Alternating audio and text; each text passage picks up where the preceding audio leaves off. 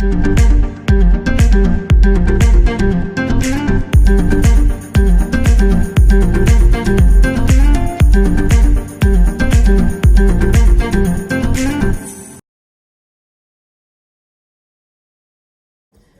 tout le monde, bonjour les lecteurs de Profession Voyage. Je suis Sophie Raymond, je suis représentante pour la chaîne d'hôtels Villas Resorts.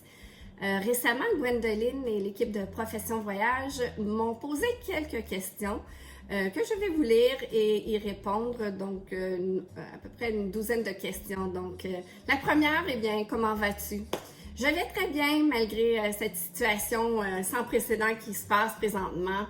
Je suis à la maison avec ma famille. J'en profite pour faire plein de choses que j'ai jamais le temps de faire.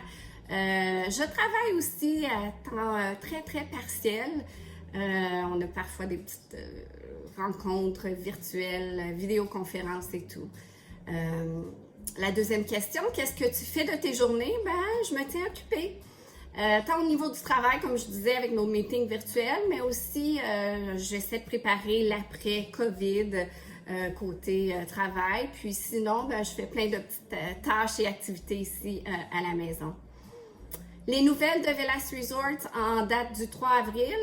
J'ai appris ce matin qu'on allait fermer pour le mois d'avril tous les hôtels de la chaîne.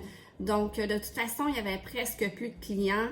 Il n'y avait pas de Canadiens de toute façon, donc ils ont décidé de fermer pour avril et nous reprendrons, les ventes seront ouvertes à partir du mois de mai. On a aussi lancé une campagne récemment, je ne sais pas si vous l'avez vu sur mes réseaux sociaux ou sur Profession Voyage récemment.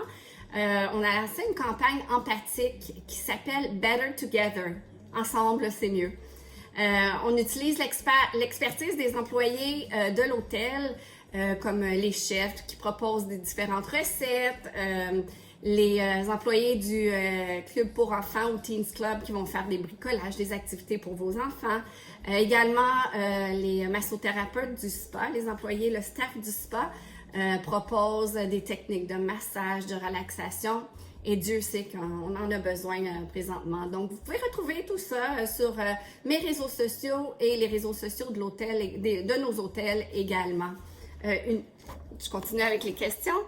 Ton avis et des infos sur le COVID au Mexique? Ben, selon le gouvernement mexicain, et là, ça reste à voir combien de tests ils ont fait et tout, paraît-il qu'il n'y aurait pas beaucoup de cas encore au Mexique, en tout cas dans les stations balnéaires, paraît-il qu'il n'y en aurait pas tant que ça, mais encore là, toujours selon eux. Mais bon, ces statistiques-là, est-ce qu'elles reflètent la réalité? C'est à suivre. Qu'est-ce que le COVID t'a appris sur l'industrie du voyage et ton travail? C'est sûr que la propagation du virus a été tellement rapide et fulgurante. Les premières personnes à avoir été touchées, ce sont les voyageurs et tout le domaine du tourisme. Vous le savez beaucoup plus que moi encore aujourd'hui. C'est sûr qu'il va y avoir plein de leçons tirées de toute cette tragédie. Il va être plus facile de faire un constat par la suite, à la fin des événements, mais on va voir des changements dans le domaine, c'est sûr et certain. Juste à penser au niveau de l'hygiène, au niveau de la façon de réserver toutes les prestations, tout ça. C'est sûr qu'on va voir du changement et on l'espère aussi. Qu'est-ce qui ne sera plus jamais comme avant dans l'industrie du voyage après cette crise, selon toi? Comme je le disais, plein de choses vont changer. Autant du côté hôtelier, hein, nous, dans les chaînes d'hôtels et tout, côté des services croisières, des fournisseurs touristiques, bref, ça va changer pour tout le monde. Faudra, c'est sûr et certain, rassurer les clients sur du côté de la salubrité des lieux visités.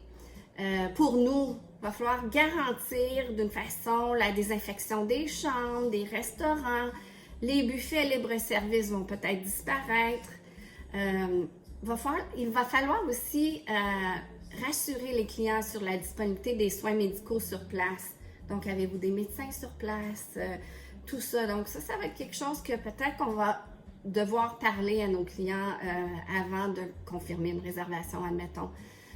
avoir de l'information aussi sur les mesures puis nos plans de gestion de crise advenant une autre tragédie. Donc, tous les fournisseurs, il faudra qu'on repense à toutes ces stratégies-là pour l'après-COVID.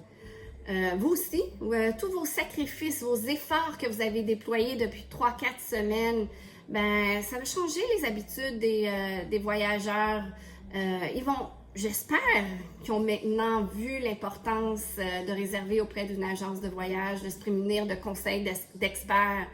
Puis là, à ce moment-là, ben, la balle va être dans votre camp. Ça va être le moment, enfin, d'être tous solidaires, puis charger vos honoraires, augmenter vos revenus. Ça va être le temps de saisir l'opportunité pour vous démarquer. Comment fais-tu pour garder le moral? Comme j'ai mentionné tantôt, je me garde super occupée. Je sais, en tout cas, occupée, informée et active. C'est ce que je me dis. Je fais du yoga, je fais de la marche, je cuisine plus que d'habitude, je fais même du coloriage, du ménage, de la lecture, et aussi, super important, je parle à mes parents à tous les jours et à mes amis aussi parce qu'on se fait des petits 5 à 7 virtuels le soir comme ça avec une petite bouteille de vin. Ta musique de confinement, donc ma musique de confinement, en fait j'en ai deux. J'écoute de plus en plus Better Together, c'est la chanson de Jack Johnson.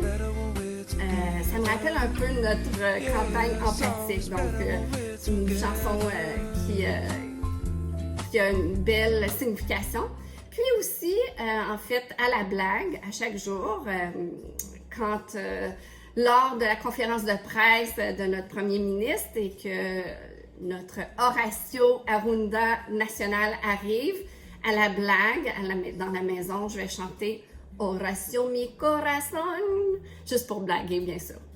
Ta boisson de confinement, ben, j'en ai deux. Ça dépend toujours de l'heure de la journée.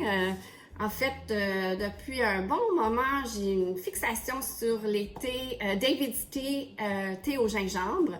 J'en bois énormément, donc plutôt en matinée, avant midi en tout cas. Puis vers la fin de l'après-midi, ben, récemment, j'ai découvert un vignoble pas très loin d'où j'habite, le vignoble de la rivière du Chêne. Donc, j'essaie d'acheter local. Donc, maintenant, de plus en plus, puis c'est ce que nous devrons faire aussi. Donc, j'ai commandé leurs vins qui sont venus livrer ici à la porte. Donc, c'est ça. Puis, ta tenue de confinement, ben, je pense que c'est la première fois aujourd'hui, depuis 3 semaines, que je vais vraiment m'habiller pour vrai. Autrement, ben, j'ai un uniforme mou. C'est-à-dire, je porte l'uniforme leggings, pyjama, vraiment, c'est toujours très, très confortable. J'imagine comme vous aussi d'ailleurs. Donc, j'alterne toujours selon l'heure. Voilà, c'est tout. Sur ce, ben, je vous remercie énormément. Je voudrais remercier Gwendoline et l'équipe de Profession Voyage qui m'a donné l'opportunité de vous parler aujourd'hui. Puis, je tiens aussi à vous remercier pour votre soutien envers Velas Resorts. Je sais que c'est pas toujours facile de vendre nos hôtels, mais vous êtes vraiment, je sais que vous essayez, vous le proposez, puis on l'espère, après toute cette tragédie-là, qu'on va continuer ensemble sur ce chemin. Donc, prenez soin de vous, de vos proches, de votre famille. Restez informés, hein? C'est le temps aussi de s'informer puis faire nos formations en ligne et tout. On a le plus le temps maintenant. Et le plus important, ben, il faut rester en santé. Alors, je vous souhaite une belle journée, une belle continuation, puis on se parle bientôt. Au plaisir!